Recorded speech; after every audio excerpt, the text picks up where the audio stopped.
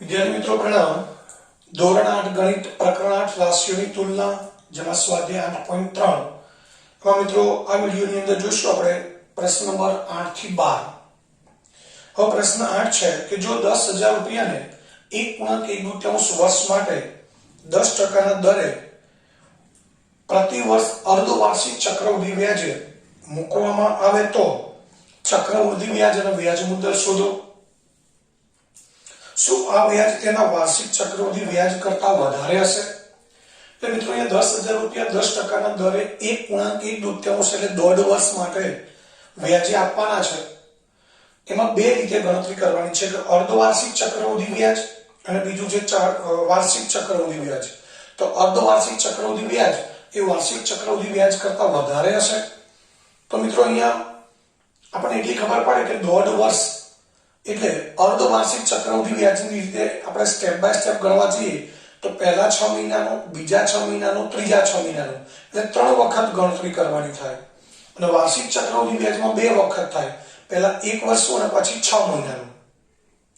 તો ચક્રવૃદ્ધિ વ્યાજમાં આપણને ખબર છે કે જેમ જેમ વ્યાજની ગણતરીની સંખ્યા વધે, વધુ વખત આપણે વ્યાજ ગણીએ તો એ વ્યાજ વધારે હોય.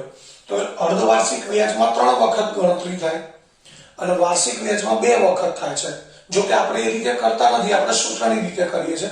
પણ સમજવાની વાત છે કે 6 મહિનાને અંતે વ્યાજ ગણવાનું થતું હોય તો દોઢ વર્ષમાં 3 વખત વ્યાજની ગણતરી થાય અને વાર્ષિક વ્યાજની રીતે ગણીએ તો દોઢ વર્ષમાં 2 વખત થાય, 1 વર્ષ પછી અને બીજા 6 મહિના પછી. તો અર્ધવાર્ષિક વ્યાજમાં વ્યાજની ગણતરી વધુ વખત થાય છે એટલે વ્યાજ વધુ જ હોય. તો આપણે એ શોધવું છે કે વ્યાજ વધુ હશે એ આપણે શોધવાનું છે. તો કેટલું વધુ હશે એ પણ જોઈએ. તો અહીંયા પહેલા આપણે લઈએ, આપણે પહેલા ઉલ્લેખ કર્યો છે અર્ધવાર્ષિક ચક્રવૃદ્ધિ વ્યાજની રીતે ગણતરી કરવાની છે. તો અર્ધવાર્ષિક ચક્રવૃદ્ધિ વ્યાજ માટે મુદ્દત P બરાબર 10,000 છે, વ્યાજનો દર R બરાબર 10,000, N બરાબર 1.1 એટલે 3/4 વર્ષ. તો આપણે સૂત્ર મૂકી દઈએ અહીંયા E બરાબર P 1 R છેદમાં 2 ગુણ્યા 100 ઉપર 2N. મિત્રો અગાઉ કહ્યું તેમ અહીંથી વ્યાજનો દર અડધો કરી દઈએ અને 2 વડે ગુણી દઈએ પહેલેથી તો પણ ચાલે. એટલે આપણે બંને રીતે તમને દાખલો સમજાવેલો છે. 10,000 વ્યાજનો દર છે 10 ભાગ્યા 2 ગુણ્યા 100, 2 ગુણ્યા 3/4. હવે અહીંયા આ 2 ઉડી જશે, આ 0 ઉડી ગઈ. તો હવે આપણે પાસે શું વધ્યું છે? 10,000 1/20 એટલે મિત્રો 21/20 લખી શકાય અને એની ઉપર ઘાત આવશે 3. હવે 21/20 ની 3 ઘાત છે એટલે 21/20 ગુણ્યા 21/20 3 વખત આપણે ગુણાકારમાં મૂકી દીધા. હવે 0 ઉડાડી દઈએ, 1 2 3 0 ઉડી ગઈ. હવે જો આપણે આગળ છેદ ઉડાડીએ તો મિત્રો અહીંયા 2 5 10 આવી રીતે છેદ ઉડાડી શકાય. હવે જે બાકી સંખ્યા વધી 21 ગુણ્યા 5 એટલે 105 અને 21 ગુણ્યા 21 441. છેદમાં શું આવશે? 4. તો મિત્રો 441 ગુણ્યા 105 આપણે ગુણાકાર કરી દઈએ તો આ એકદમ સરળ રીતે કરી શકાય. 441 ને પહેલા 100 વડે ગુણીએ, 100 વડે ગુણીએ એટલે શું થઈ જાય મિત્રો? 44,100. અને ત્યારબાદ 441 ને 5 વડે ગુણાકાર કરીએ, એ ગુણાકારમાં ઉમેરીએ. આ એકદમ સરળતાથી થાય માટે 100 થી 109 ની વચ્ચેની સંખ્યાનો ગુણાકાર કરવો તો એકદમ સરળ રીતે કરી શકાય. 441 ને 100 વડે ગુણીએ એટલે 44,100, 441 ને 5 વડે ગુણીએ તો 5 × 5 5 × 0 વધી 2, 5 × 20 ને 2 22. તો મિત્રો સીધો ફટાફટ ગુણાકાર મળી જાય. એટલે આપણને ગુણાકાર કેટલો મળે છે? 46,305 છેદમાં 4. એટલે જો આને આપણે 4 વડે ભાગવાના છે તો મિત્રો ભાગાકાર કરીએ આપણે. 4 × 4, 4 માંથી 4 જાય તો 0, 6 ઉતારીએ, 6 ને 4 વડે ભાગીએ, ફરી 4 × 4, 6 માંથી 4 બાદ કરીએ, 2 વધે, પાછળ 3 મૂકીએ 23 થાય, 4 × 5 = 20, 23 માંથી 20 બાદ કરીએ 3 વધે, પાછળ 0 મૂકીએ 30 થાય, 4 × 7 = 28, 30 માંથી 28 બાદ કરીએ 2 વધે, પાછળ 5 મૂકીએ 25 થાય, 4 × 6 = 24. હવે 25 માંથી 24 બાદ કરીએ 1 વધે, 1/4. મિત્રો તમને અગાઉ કહ્યું તો 1/4 એટલે 0.25 આપણે યાદ રાખી લેવાનું. 1/2 તો 0.50 થાય, 1/4 તો 0.25 થાય, 1/8 તો 0.125 થાય, 1/3 તો 0.33 થાય, 2/3 તો 0.66 થાય, 3/4 તો 0.75 થાય. મિત્રો આવી જો આપણને સંખ્યાઓ યાદ હોય તો અહીં આપણે 1/4 1 ને 4 વડે ભાગવા છે એટલે ડાયરેક્ટ આપણે 0.25 મૂકી શકીએ. તો મિત્રો અર્ધવાર્ષિક વ્યાજની રીતે આ વ્યાજ મુદ્દલ થયો. આપણે તો મિત્રો અહીંયા વ્યાજ શોધવાનું છે કે કઈ રીતે વ્યાજ વધુ ચૂકવવું પડે. તો એના માટે આપણે અહીંયા વ્યાજ શોધવું પડશે. CI = A - P. તો એ કેટલું છે? 11,576.25 - 10,000. તો મિત્રો કેટલા વધશે?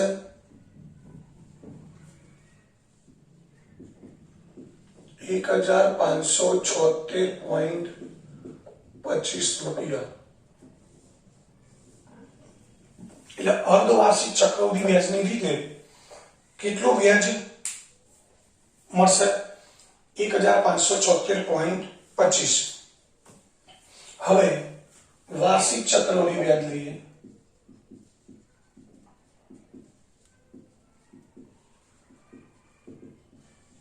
વાર્ષિક ચક્રવૃદ્ધિ વ્યાજ લેવું છે અને મુદત અપૂર્ણાંકમાં છે.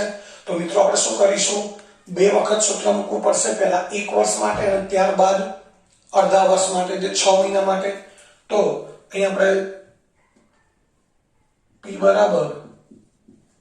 10,000, R = 10%, N = N ના 2 ભાગ કરવાના છે, 1 વર્ષ અને અડધું વર્ષ, 1 + 1/2. તો હવે સૂત્રમાં કિંમત મૂકી દઈએ.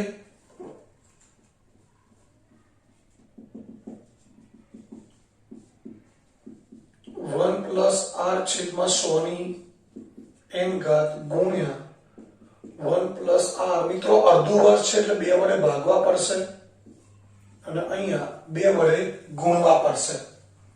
હવે P બરાબર કેટલા છે? 10,000, R છે 10, અહીંયા 100, ઉપર શું આવશે? 1. આ 1 વર્ષ માટેનું સૂત્ર છે, આ બાકીના 6 મહિના માટેનું.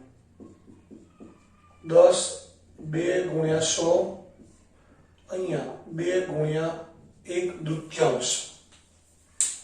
તો અહીંયા શું થશે મિત્રો? 2 2 કેન્સલ થઈ જશે, આ 1 1 0 કેન્સલ થઈ ગઈ, આ 1 1 0 કેન્સલ થઈ ગઈ. તો હવે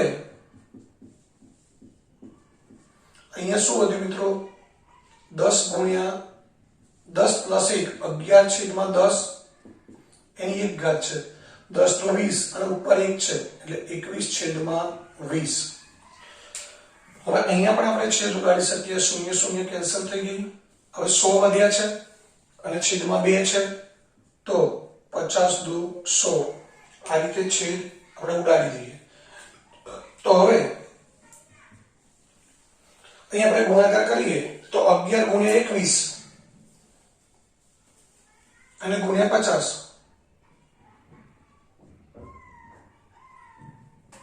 50 ગુણ્યા 11 × 11 વધી 1 11 × 22 ને 1 23, 5 વડે ગુણીએ, પહેલા શૂન્ય મૂકી દઈએ, 5 × 5, 5 × 15 નો 5 વડો વધી 1, 5 × 10 ને 1 11.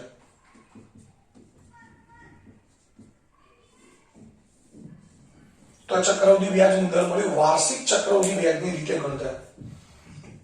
તો અહીંયા આપણે ચક્રવૃદ્ધિ વ્યાજ કયું વધુ હશે એ શોધવાનું છે. તો મિત્રો અહીંયા પણ આપણે ચક્રવૃદ્ધિ વ્યાજ શોધી લઈએ. A - P એટલે અહીંયા 11,550 - 10,000. તો મિત્રો કેટલા વધશે? 1,550. તો તમે જુઓ કે અર્ધવાર્ષિક વ્યાજમાં કેટલું વ્યાજ મળે છે? 1576.25 અને વાર્ષિક વ્યાજની રીતે ગણીએ તો વ્યાજ કેટલું મળે છે? 1550. તો અહીં આપણે કહી શકીએ કે અર્ધવાર્ષિક ચક્રવૃદ્ધિ વ્યાજ વાર્ષિક ચક્રવૃદ્ધિ વ્યાજ કરતા વધારે છે. મિત્રો કેટલું વધારે છે એ અહીં આપણે શોધવાનું નથી, પરંતુ લખી શકીએ અર્ધવાર્ષિક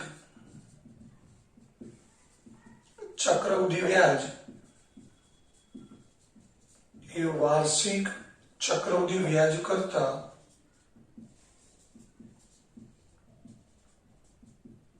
વધારે છે.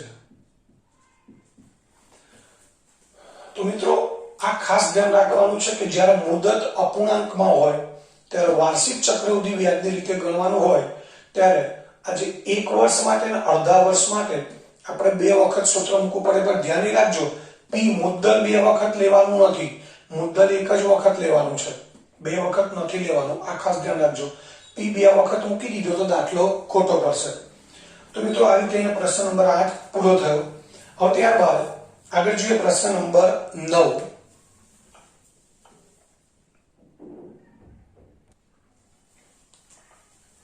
મિત્રો ત્યારબાદ પ્રશ્ન નંબર 9 એની રકમ છે જો રામ ₹4096 12% પ્રતિ વર્ષના દરે વ્યાજે આપે તો તેને 18 મહિનાના અંતે કુલ કેટલી રકમ મળશે?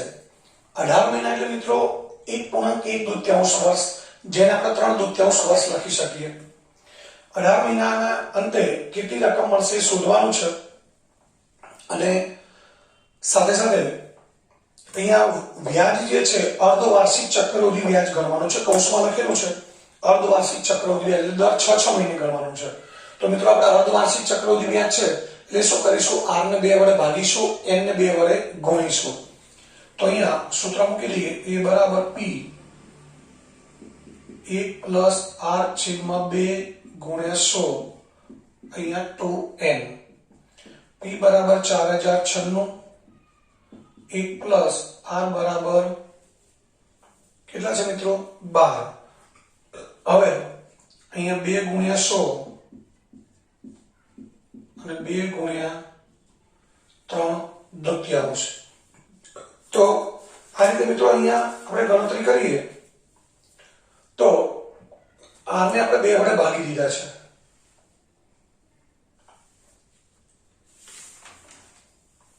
r ને મિત્રો અહીંયા રકમમાં કદાચ ભૂલ છે, હા એ તમારે સુધારી લેવાની છે.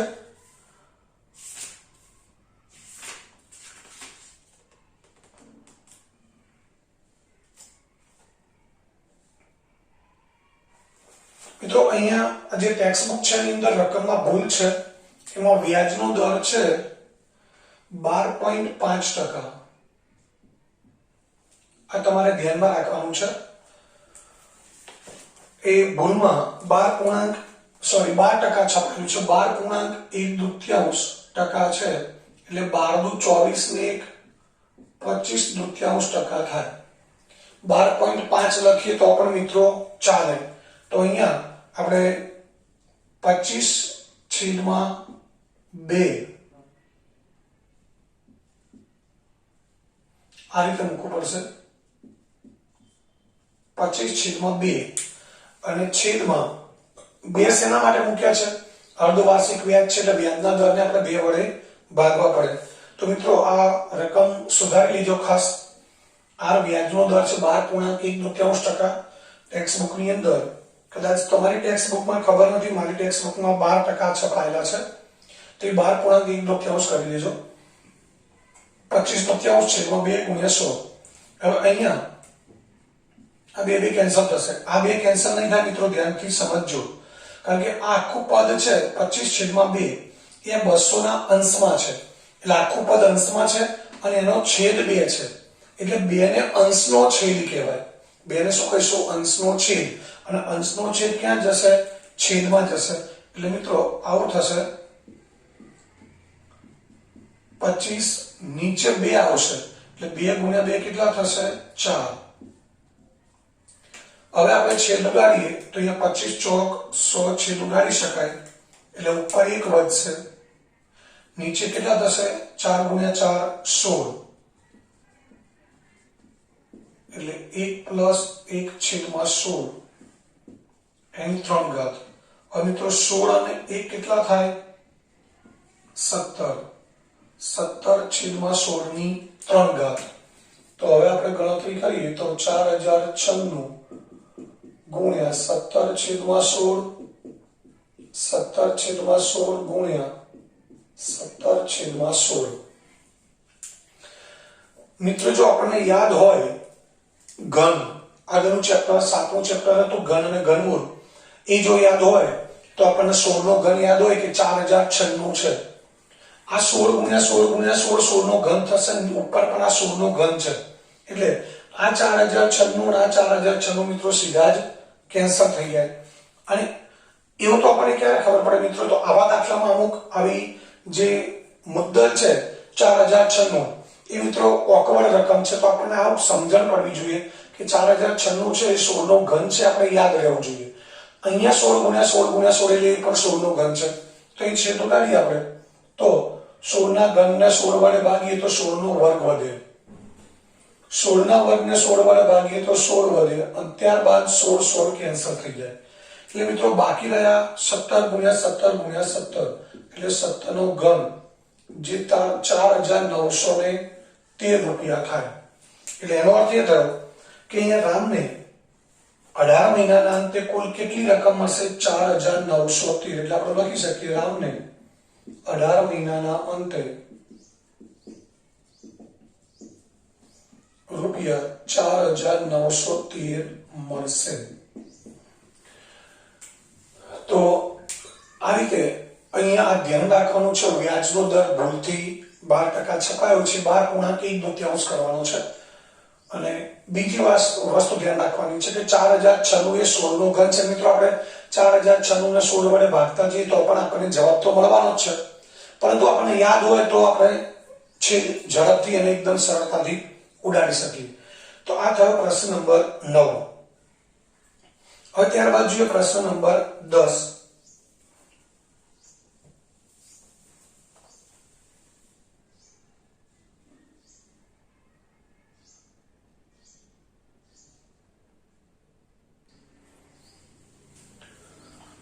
મિત્રો ત્યારબાદ 10મો દાખલો છે.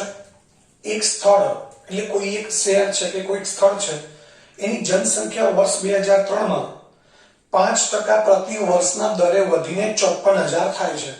કોઈ એક સ્થળ કે કોઈ એક શહેર છે, કોઈ નગર છે, એની 2003 માં જનસંખ્યા 5% ના દરથી વધતી આવે છે. આગળની જે જનસંખ્યા છે એ વધતા વધતા 2003 માં 54000 થાય છે. વસ્તી વધારાનો જે દર છે એ કેટલો છે? 5% પ્રતિ વર્ષ. એટલે આ વર્ષે જે વસ્તી છે એના 5% વધારો થઈ અને આવતા વર્ષની વસ્તી થઈ જાય. હવે આપણે શું શોધવાનું છે? 2001 ની જનસંખ્યા અને 2005 ની જનસંખ્યા. તો મિત્રો આ દાખલો અહીંયા વસ્તી ગણતરીનો દાખલો છે, પરંતુ આપણે એને સમજીએ છે ચક્રવૃદ્ધિ વ્યાજની રીતે ગણવાનો છે. એ કેવી રીતે તમને સમજાવું. 2003 માં 54000 જનસંખ્યા છે. હવે એના 5% વધારો થશે એટલે એ 5% વધારો મિત્રો 2003 ની જે વસ્તી છે એમાં ઉમેરાશે એટલે 2004 ની જનસંખ્યા મળે. 2003 માં કેટલા છે? 54000. એમાં આપણે 5% વધારો કરીએ. એ વધારો ધારો કે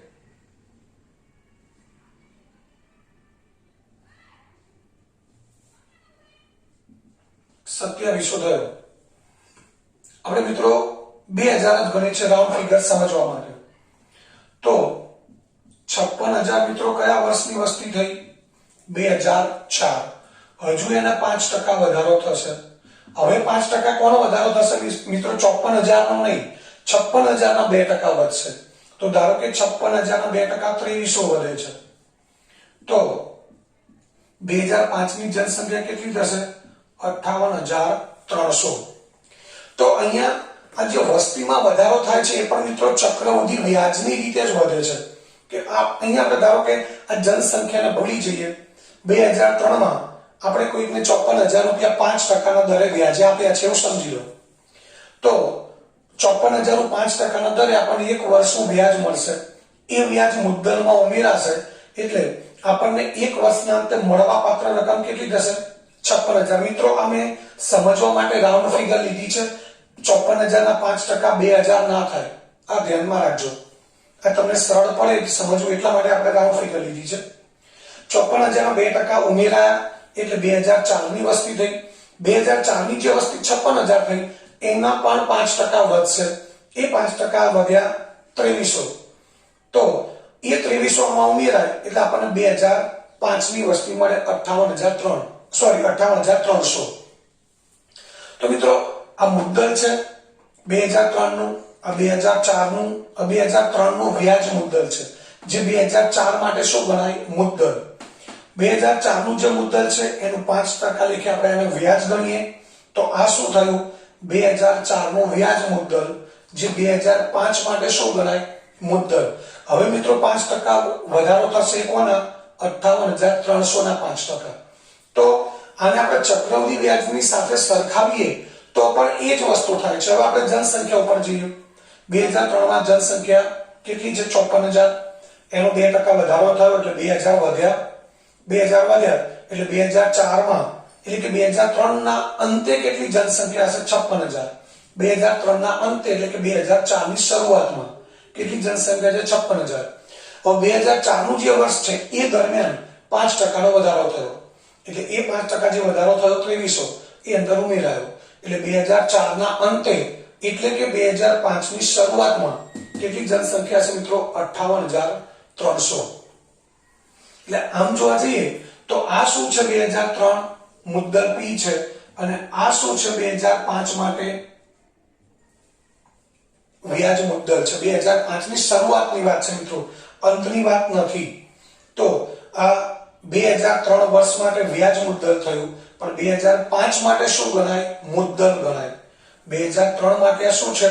અહીં આપણે પૂછી નાખીએ તો 2003 માટે વ્યાજ મુદ્દલ થયું. એ 2005 માટે શું ગણાય?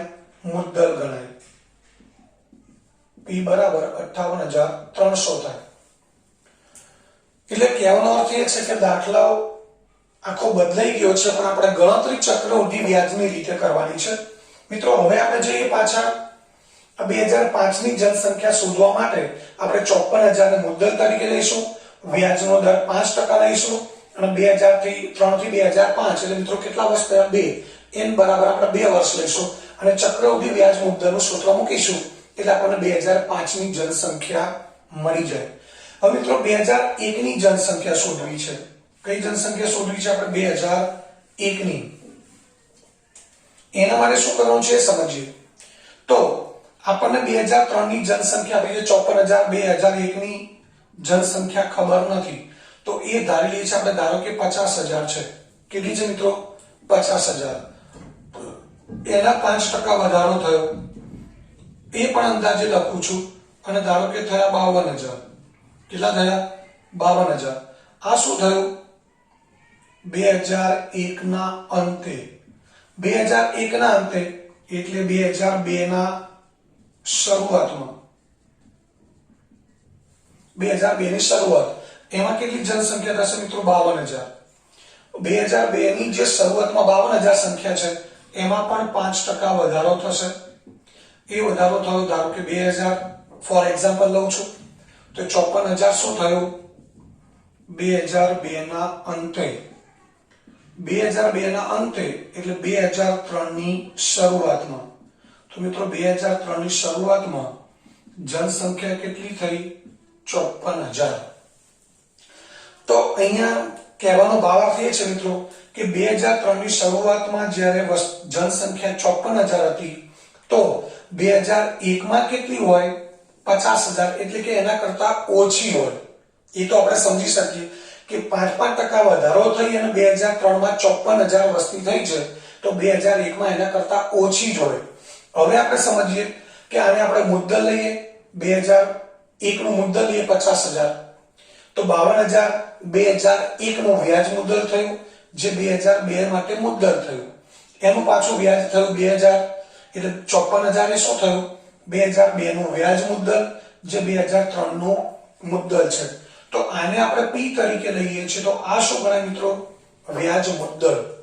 એટલે હવે આ વસ્તુ ખાસ સમજવાની છે કે આપણે 2001 ની જનસંખ્યા શોધવી છે, જે આપણે અંદાજે લખેલી છે, આપણને ખબર નથી કેટલી છે.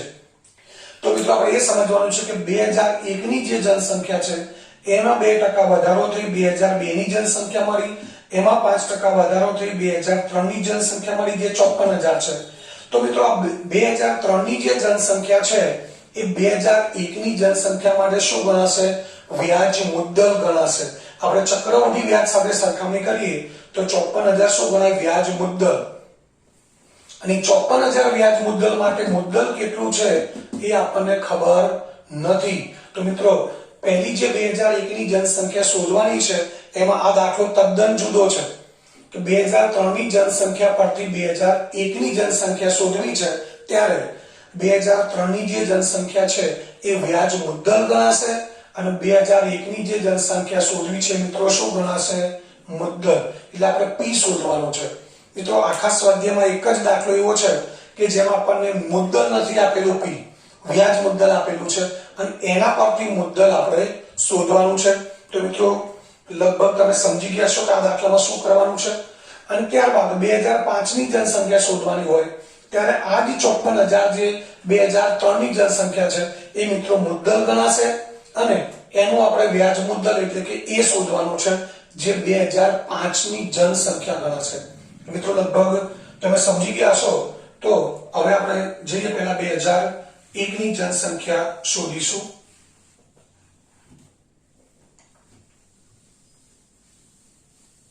તો મિત્રો આ આપણે અહીંયા લખવાનું નથી, માત્ર સમજવાનું છે.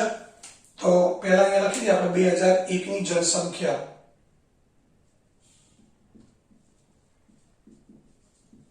માટે અહીંયા 54000 છે એ ગણાશે એટલે વ્યાજ મુદ્દલ ગણાશે. R બરાબર 5% અને M બરાબર 2 વર્ષ. આપણે શોધવાનું શું છે? મુદ્દલ P શોધવાનું છે. તો સૂત્ર મૂકી દઈએ A બરાબર P કૌંસમાં 1 + R/100 ની n ઘાત. મિત્રો શોધવાનું હોય ગમે તે સૂત્ર તો નહીં બદલાય, સૂત્ર આ જ રહેશે. હવે આપણી પાસે A ની કિંમત છે 54000, P શોધવાનું છે 1 + 5/100 ઉપર 2. અહીં આપણે છેદ ઉડાડી દઈએ છીએ 5 × 5 20 × 100.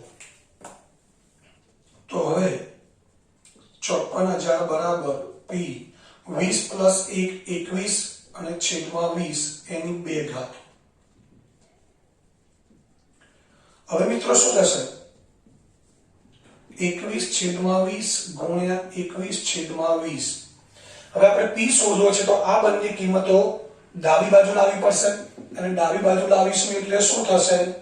છેદમાં જે સંખ્યાઓ છે અંશમાં જશે, અંશની બે સંખ્યાઓ છેદમાં જશે એટલે 20/21 20/21 બરાબર P. મિત્રો અહીંયા 21 છે,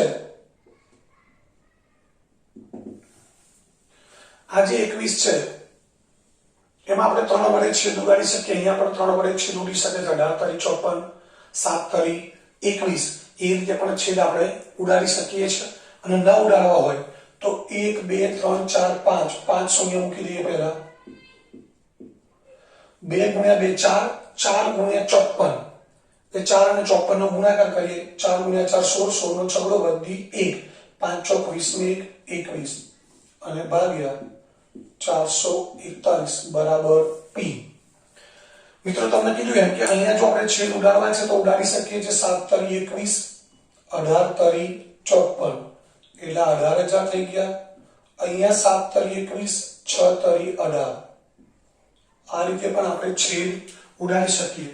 તો મિત્રો આપણું કામ થોડુંક સરળ થઈ જશે, ભાગાકાર પણ થોડો સરળ થઈ જાય. તો હવે આપણી પાસે શું વધ્યું છે? 5 સંખ્યા તો મૂકી દઈએ, હમણાં આગળ વાત કરી હતી એમ. 2 × 2 4 અને 4 × 6 24 એટલે અહીંયા 24 અને 5 છેદમાં આવશે 49. તો મિત્રો 24 લાખનો આપણે 49 વડે ભાગાકાર કરવો છે.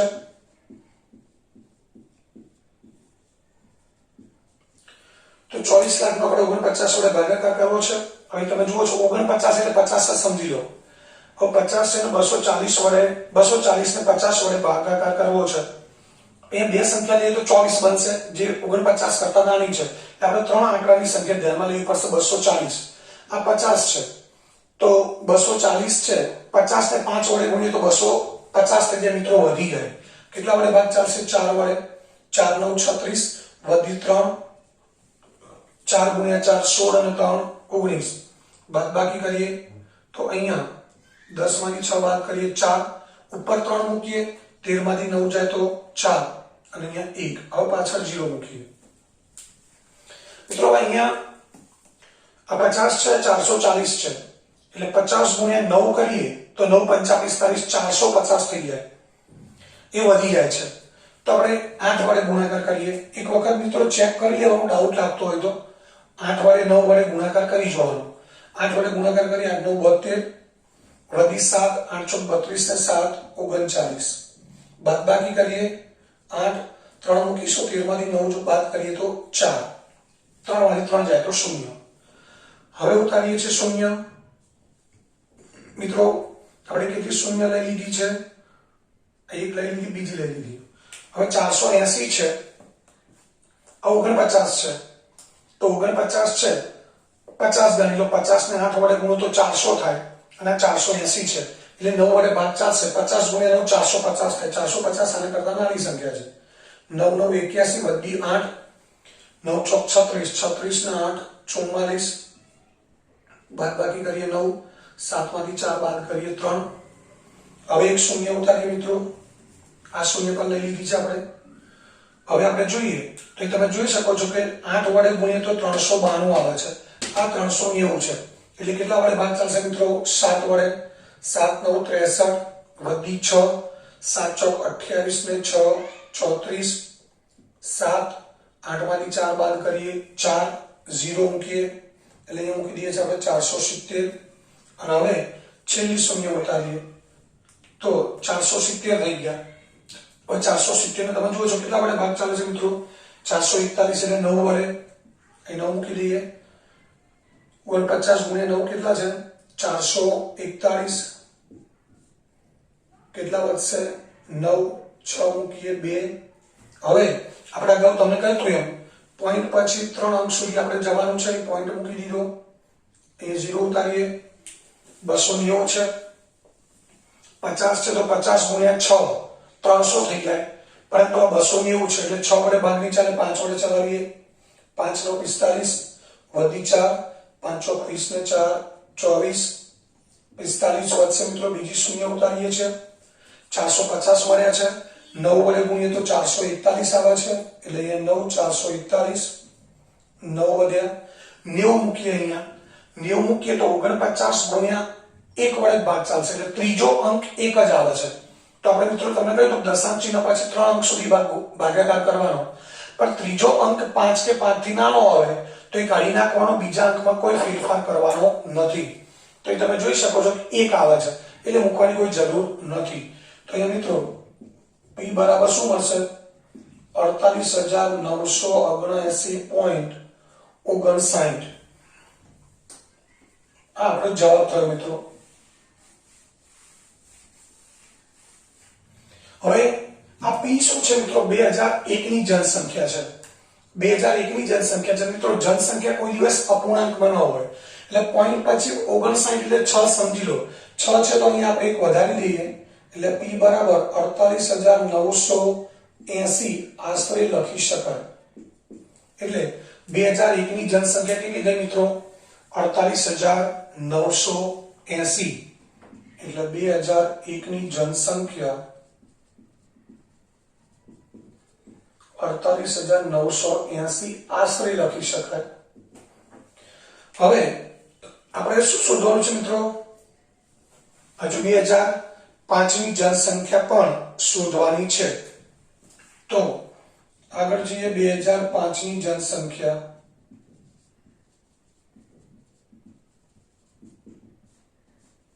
માટે આમાં મિત્રો 54,000 છે. મુદ્દલ p ગણાશે. વ્યાજનો દર 5%, n બરાબર 2 વર્ષ। મિત્રો અહીંયા જગ્યા ઓછી છે, આપણે સ્ટેપ થોડા ઓછા લખીશું। 1 + r/100 ની n ઘાત, અહીંયા 54,000, 1 + 5/100 એની 2 ઘાત, અહીંયા આપણે છેદ ઉડાડી દઈએ, 5 × 5 = 20, 5 × 100, તો 20 ની કેટલા થશે મિત્રો? 21, એટલે 54,000 21 છેદમાં 20 ની 2 ઘાત। હવે અહીંયા આપણે 21 છેદમાં 20 ની 2 ઘાત છે, તો 21 છેદમાં 20 ગુણ્યા 21 છેદમાં 20 લખી શકીએ। હવે અહીંયા 0 0 કેન્સલ થઈ ગઈ, 2 વડે છેદ ઉડાડીએ તો 270, અને જો 2 વડે છેદ ઉડાડીએ તો મિત્રો 135 મળે। તો હવે આપણી પાસે શું વધ્યું? 135 ગુણ્યા 441। મિત્રો આ બંનેનો ગુણાકાર કરવો છે, 441 અને 135, 0 0, 1 વડે ગુણાકાર કરીએ તો એનો એ જ આવશે, 0 મૂકીને 3 વડે ગુણાકાર કરીએ 3, 4 × 12 બગડો, વધી 1, 4 × 12 13, 5, 5 × 20 0, વધી 2, 20 ને 2 22, તો 5 3 5, 4 ને 3 7 ને 2 9, 5, 59,535, તો ગુણાકાર મળે છે 59,535। તો મિત્રો 2005 ની જનસંખ્યા છે। તો આ રીતે પ્રશ્ન 10 છે, એમાં મિત્રો આપણે 2005 ની પણ જનસંખ્યા આ રીતે શોધી શકીએ। હવે ત્યારબાદ દાખલા નંબર 11 જોઈએ। તો આ રીતે 2005 ની જનસંખ્યા 59,535 અને 2001 ની જનસંખ્યા 48,979.59 છે, એટલે આપણે આશરે 48,980 એવું લખી શકીએ। તો મિત્રો આ દાખલો ખાસ અગત્યનો છે અને બધા કરતા અલગ છે, એટલે બરાબર ધ્યાનથી સમજજો। હવે ત્યારબાદ જોઈએ છે આપણે પ્રશ્ન નંબર 10।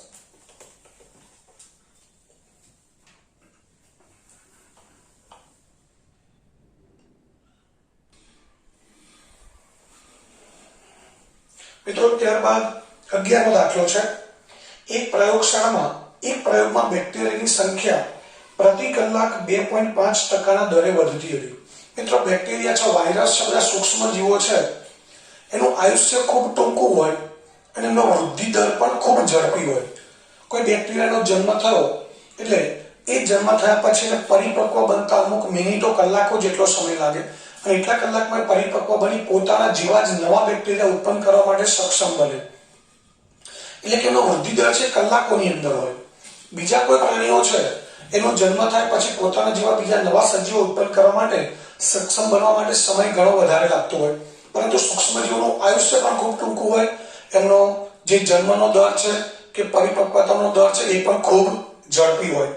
તો પ્રયોગશાળાની અંદર એક પ્રયોગમાં બેક્ટેરિયાની જે સંખ્યા છે એ જે કંઈ છે, પ્રયોગશાળામાં પણ મિત્રો આપણે અત્યારે કોરોના વાયરસથી પરિચિત છીએ, તો એ કોરોના વાયરસ છે એ કદાચ એવું કહેવામાં આવે છે કે પ્રયોગશાળામાં કૃત્રિમ રીતે વિકસાવેલો છે, કદાચ કુદરતી પણ હોઈ શકે।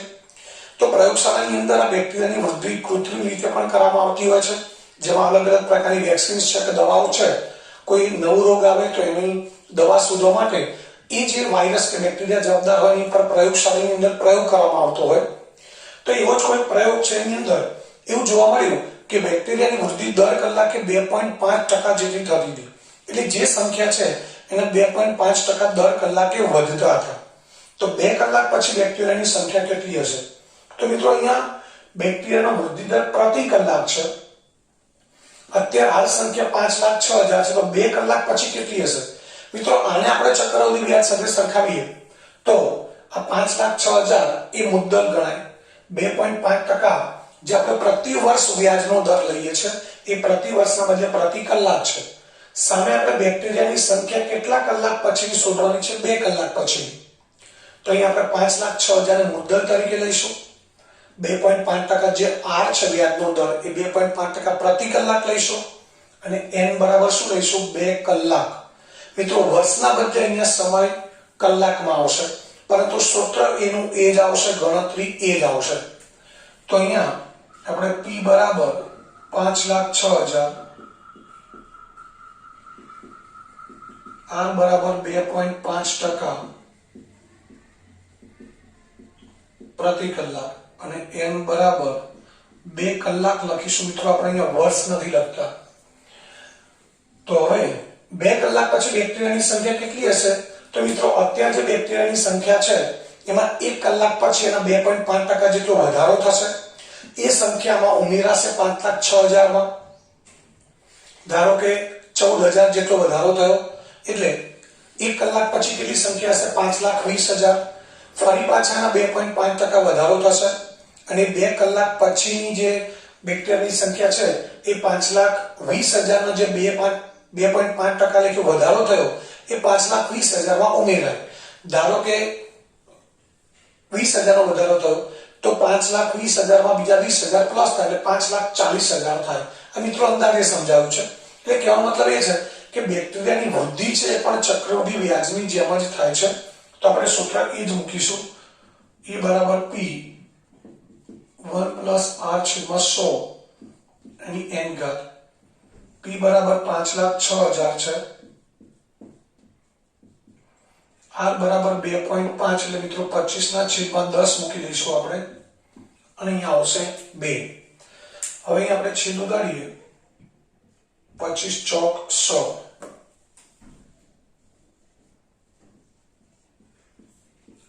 તો અહીંયા કેટલા થયા? 40. કોઈ 40 ને કેટલા થાય? 41. એટલે 41/40 ની 2 ઘાત.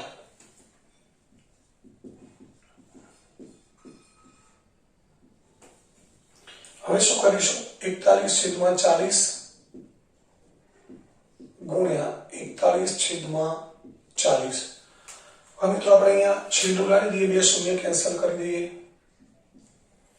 હવે 5,060 છે એને આપણે 4 વડે છેદ ઉડાડીએ તો 5 1 4 1 4, 5 માંથી 4 બાદ કરીએ, 1 વધે, પાછળ શૂન્ય મૂકીએ, 10 થાય, 4 2 8, 2 વધે, પાછળ 6 મૂકીએ, 26 થાય, 4 6 24, 26 માંથી 24 બાદ કરીએ, 2 વધે, પાછળ શૂન્ય મૂકીએ, 20 થાય, 4 5 20.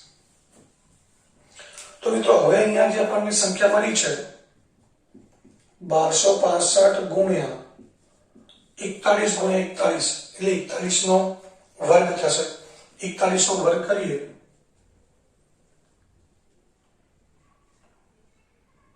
(1681) અને છેદમાં 4. મિત્રો 1681 ગુણ્યા 1265 આપણે જો ગુણાકાર કરીએ તો એ ગુણાકાર મળશે આપણને 21,26,465 અને ભાગ્યા 4. આ બંનેનો તમે ગુણાકાર કરો તો ગુણાકાર આટલો મળશે. હવે આને આપણે 4 વડે ભાગાકાર કરીએ, 4 5 20, 21 માંથી 20 બાદ કરીએ મિત્રો કેટલા વધશે? 1. 1 ની પાછળ 2 મૂકીએ, 4 તારી 12, 12 માંથી 12 જાય શૂન્ય, 6 ઉતારીએ, 6 ને 4 વડે ભાગીએ, 4 1 4, 6 માંથી 4 જાય 2 વધે, 2 ની પાછળ 4 મૂકીએ, 24 થાય, 4 6 24, 6 ઉતારીએ, 4 1 4, 2 વધશે, 2 ની પાછળ 5 મૂકીએ, 25 થાય, 4 6 24 અને 1 વધ્યા, 1 ને 4 વડે ભાગવા છે, 1/4 એટલે મિત્રો 25 લખી શકાય. તો અહીંયા 5,31,616.25 મિત્રો પોઈન્ટ પછીની સંખ્યા છે એ 25 છે. જો 50 થી ઉપર હોત તો આપણે આમાં એક વધારી દેત, પણ 50 થી નાની સંખ્યા છે એટલે આપણે લખી શકીએ 5,31,616 આશરે. એટલે મતલબ એ થયો કે 2 કલાક પછી બેક્ટેરિયાની સંખ્યા કેટલી હશે મિત્રો?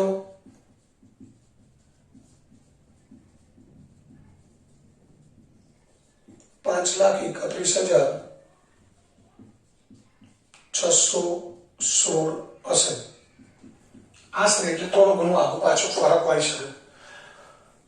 તો મિત્રો અહીંયા આ બેક્ટેરિયાની વૃદ્ધિ દર છે 2.5%, એના આધારે 2 કલાક પછી બેક્ટેરિયાની સંખ્યા કેટલી હશે એ આશરે આપણે આ જ રીતે ચક્રવૃદ્ધિ વ્યાજ મુદ્દલનું સૂત્ર મૂકી અને ગણી શકીએ. તો મિત્રો આ પણ એક વ્યવહારિક પ્રશ્ન છે અને જેને આપણે ચક્રવૃદ્ધિ વ્યાજની રીતે ગણી શકીએ છીએ. ત્યારબાદ મિત્રો આ સ્વાધ્યાય અને પ્રકરણ એનો છેલ્લો દાખલો છે, દાખલા નંબર 12 જોઈએ.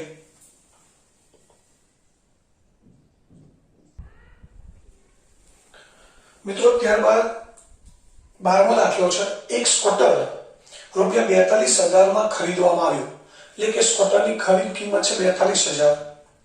તેની કિંમતમાં 8% દરે પ્રતિ વર્ષનો ઘટાડો આવ્યો. મિત્રો કોઈ પણ વસ્તુ આપણે ખરીદીએ તો જેમ જેમ સમય જાય જૂની થાય એની કિંમત ઘટે, ક્યારેય વધતી નથી.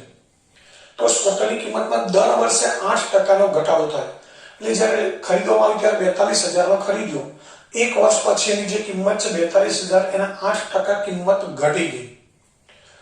હવે જે એક વર્ષના અંતે જે કિંમત હશે એમાં પાછો બીજા વર્ષે કેટલા ઘટાડો થશે મિત્રો? 8%.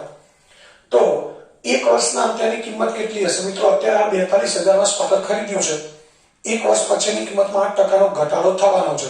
તો એક વર્ષ પૂરું થાય ત્યારની કિંમત કેટલી હશે?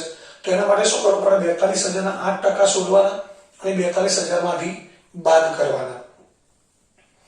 તો મિત્રો આપણે જે વટાવ કે જે વળતર છે એની રીતે દાખલો ગણી શકીએ. બીજી કઈ રીતે આપણે ચક્રવૃદ્ધિ વ્યાજની અંદર આ ટોપિકની અંદર આ મુદ્દો મૂકેલો છે, આ પ્રશ્ન, એટલે આપણે ચક્રવૃદ્ધિ વ્યાજની રીતે ગણવું પડે. તો મિત્રો એના માટે અહીં આપણે p બરાબર 42,000 લઈએ. અત્યાર સુધીના બધા દાખલા આપણે વ્યાજ શોધવાના દાખલા જોયા, જનસંખ્યા વાળો દાખલો જોયો, બેક્ટેરિયાની સંખ્યા વાળો જોયો, બધામાં વધારો થતો હતો. અહીંયા શું થાય છે મિત્રો? ઘટાડો થાય છે. તો 8% જે ઘટાડો છે એ આપણે કેવું લેવું પડશે? માઇનસ. એટલે અહીંયા કિંમતમાં જે ઘટાડો થાય છે એ આપણે માઇનસ લેવો પડે મિત્રો. અને n બરાબર કેટલા વર્ષ આપેલા છે આપણને? 1 વર્ષ. તો હવે આપણે કિંમત મૂકી દઈએ. a બરાબર p 1 + r/100 એની n ઘાત. p બરાબર 42,000 માઇનસ 8/100 અને એની 1 ઘાત. 42,000 મિત્રો આ પ્લસ છે નહીં માઇનસ છે, એટલે પ્લસ માઇનસ માઇનસ. હવે અત્યાર સુધીના બધા દાખલામાં અહીંયા પ્લસ આવતું હતું, એટલે આપણે 100 અને 8 નો સરવાળો કરતા હતા. અહીંયા માઇનસ છે તો શું થશે? 100 માંથી 8 બાદ થશે, એટલે કેટલા વધે મિત્રો? 92. અને 92/100 ની 1 ઘાત. તો એ બરાબર શું થશે? 42,000 ગુણ્યા 92/100. બે શૂન્ય છે આપણે ઉડાડી દઈએ છે. 420 ગુણ્યા 92 એ ગુણાકાર કરી દઈએ, પાછળ એક શૂન્ય મૂકી દઈએ. 42 ગુણ્યા 2 કરીએ 84 નો ચોગડો વધી 8. 42 ગુણ્યા 9 કેટલા થાય? 9 દુ 18, 9 દુ 36 ને 4 9 36 ને 37. તો 38,640 રૂપિયા. આ મિત્રો એક વર્ષના અંતે સ્કૂટરની કિંમતમાં જે ઘટાડો થાય છે તો એ ઘટાડો થઈ અને એની કિંમત થશે 38,640. તો માટે આપણે લખી શકીએ એક વર્ષના અંતે